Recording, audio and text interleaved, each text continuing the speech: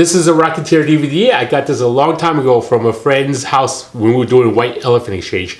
A DVD is where, you plug this into a DVD player and you can watch a movie. I don't even have a DVD anymore, but I still have this disc because the character is so cool. Now, the character Rocketeer was created by Dave Stevens. I met Dave Stevens many years ago. Let me show you a picture that he drew of himself. This is in one of his books. This book is called Rocketeer Artisan Edition.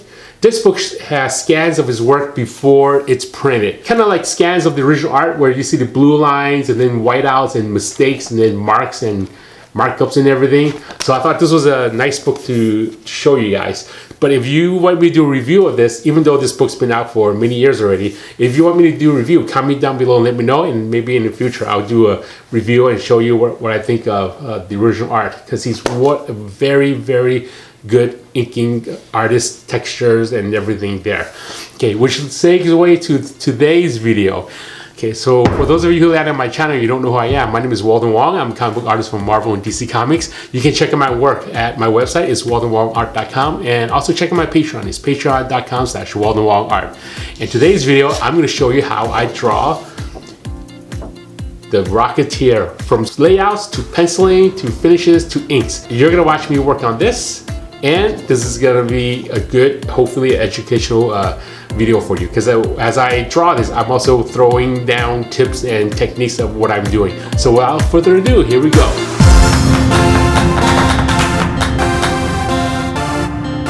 So with Rocketeer, when I decided to draw on this character, based on someone's recommendation who watches my videos, I decided to draw a pose that represents the Rocketeer well.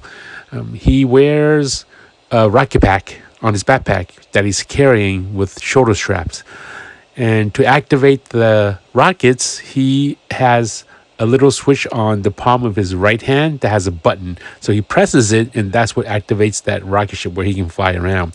He also has a pistol that he carries on his left side of his body, so I decided to just have his left hand holding the pistol. Not only that, I decided to have his jacket a little bit opened up so you can see the shoulder straps that he's carrying. On his pants, there's a little bulge on both his left and right thigh, so I added that. And this character wasn't really that hard to draw. It's the pose that just took me the longest. Drawing the fingers, drawing the hands. So here you notice that I drew the hand and I'm okay with it, and I just left it. But the pistol is too small. I drew it too small because it was kind of going off the page. But I just still continue drawing it just to see how the end pose looked. As you've seen in some of my previous videos, those who has watched some of my older videos where I'm doing the Inktober pieces and I'm penciling it in, I'm laying it out, and then I'm inking it, you'll see me draw something and I don't like it, and I'll just erase it all over again. I'll just start from scratch. I do this is because I can erase. If you're gonna draw something and it looks subpar and you're not happy with it and then you ink it, it's kind of too late to fix it.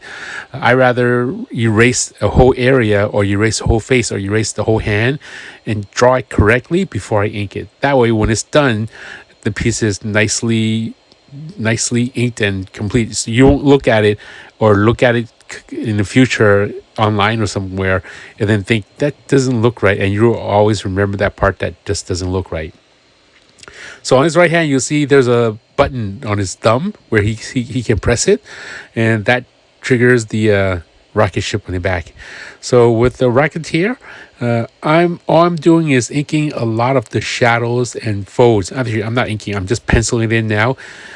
When I'm penciling, I'm just indicating what areas and the lines I want to go, what direction to go. So with the boot, I made the boot a little bit thicker. Unlike drawing superhero characters where they're wearing spandex and everything is skin tight, the Rocketeer's pants was a little bit bulgier. The boot he's wearing is a little bit bulgier. Okay, and then here I actually redrew the gun a few times just to see if I could fit it in there.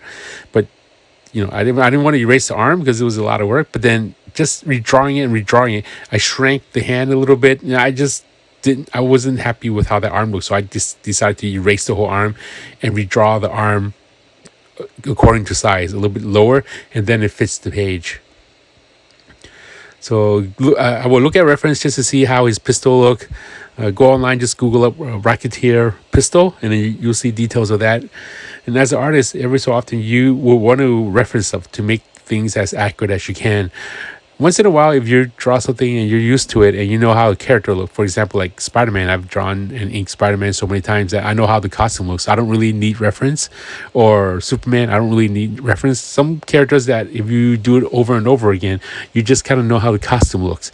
If it's a character that you're familiar with and you haven't drawn it and it's your first time drawing it, it's always okay to look at reference. The good thing about looking at reference, once you draw it, you'll remember it in the future. For example, if you went and you drew a skyscraper that you've never drawn before, you'll study all the details. You look at all the corners, the angles, the lines, count how many windows. Once you draw it, you'll remember in the future if you ever need to draw it again. It just builds upon the memory that you have of what you've drawn before. So with the mouth, I erased the whole mouth. I redrew it in pencil. I used the template to draw in that oval shape, and then I drew the cage around the mouth area. And here I'm just using an oval ellipses template, and I'm using a micron to ink in all the curves. So for the whole helmet of the Rocketeer, I decided to use curves. And then here's a French curve right over here. Yeah, Dave Stevens, the creator of Rocketeer, he's one of the best brush artists that's been out there. I've seen him ink at a convention. He would just bring his bottle of ink to a convention, and he would just ink his cover. And watching him ink for that few minutes I was there, and he was a very humble guy, very quiet and nice person.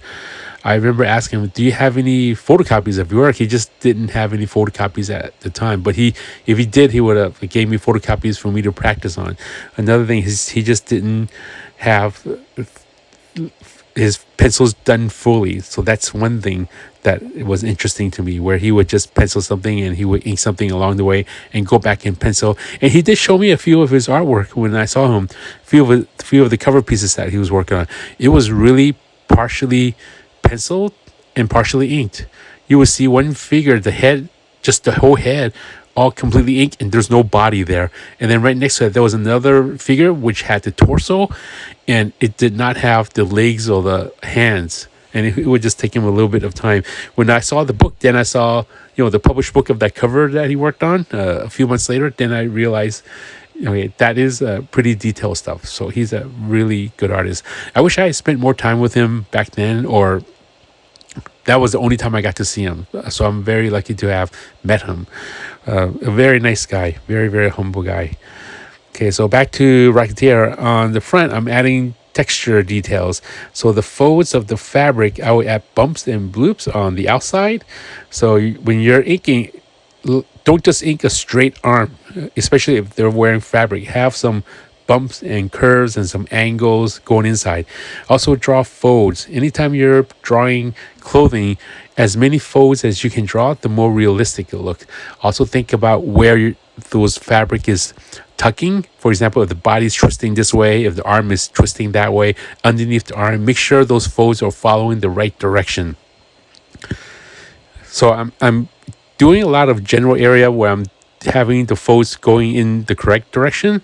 And then I would go back, when I'm inking, I would go back and do a lot of shadows on top of that. So right here, just some shadows underneath the front of the outfit, the gun, the holster that holds the gun, some tapering lines, some hatch lines that's around the belt area. And we're just going there and fill all that in. And with the belt, with the gun holder that right there, I'm just going in there and adding halos or white lines that separate two inked areas. This will help separate the flap that's open a little bit better. So I'm going in there, inking the outside of the pants, inking the holding line, all the outline first, creating bumps and textures. This is called line weights. Line weights is when you're inking a line, instead of a flat dead line, you have a thick line and a very thin line.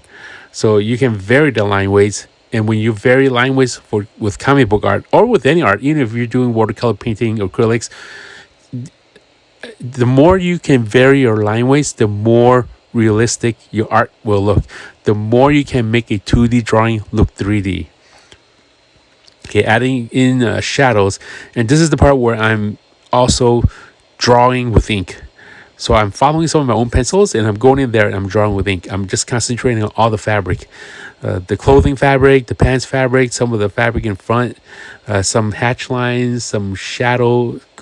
Just any areas that I see that needs a little shadow, I will add it. Not only that, some areas where there's a line, for example, if a fabric is folded over another fabric, I would add a heavier shadow underneath. Or if the cufflink has a curve, like both hands, there's a cufflink, I will add taper lines on the left side and on the right side, or on the bottom, on the top, just to give it some form of a cylinder shape. Okay, on that trigger button that he's holding on his right hand that's connected to his hand, I added some black areas to it, just so it pops out a little bit better to the viewer.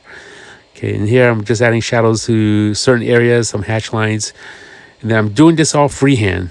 All the hatch lines that's going across on the fin of the Rocketeer's helmet. So this comes with a lot of practice in order to be able to get those lines done nicely. If you're picking up a brush or a quill or a micron for the first time and you try to draw hatch lines that are spaced apart evenly to one another, tapered nice and sharp from one another, it does take a little bit of practice. It took me maybe a good amount of time, maybe a year or so, to get to the point where I am now. And then every time I'm inking, I still consider myself as practicing. The more you're learning, the more you're watching other people do art, the more you're growing as an artist. So with the folds of the feet, I decided to just add a heavy shadow because this is a leather boot. So we want that boot to be straight. You'll see me inking certain areas of the boot, and then I'm adding taper lines and details and texture. But later on, you'll see me covering that up because once I ink it, I didn't really like the way it looked. Some of the reflection, the sheen on the boot, and I decided to just go back in there and, cover up some of the areas that I originally inked in. So right here, I added hatch lines and some taper lines on the outside of the boot, on the left and the right side. But I didn't really like the way it turned out, so I just went in there and got as close as I can to the outside of the boot and created a halo on the outside. So at this point, I'm considered done, considered finished, but I'm just going in there and adding more details just to see what else I can add. So this is the area I'm adding a line on the boot just to give it a crisp outside line on the left and right side of each boot. Some hatch lines and details. And I would just keep going, looking for any areas that need something. When you're working in comics or drawing for a long time, you can look at your art and you use your feeling. You can kind of feel where you need to add more details and when to stop. And as an artist, it's good to know when to stop. Otherwise, you just keep adding and adding and adding forever. But you can kind of get a feel of when, when you need to add a line and when you can stop adding a line and when to stop. So I'm erasing all the pencils. I remember one time I was working on a comic book, 22 pages, and I was inking over original art, the original pencils. When I was done, it took me really basically a whole hour to erase pages. I should erase pages as I go. But if you're holding 22 11x17 artwork that's penciled and you inked it and you're erasing pages, it just takes a long time. So if you're inking original art, erase one page at a time.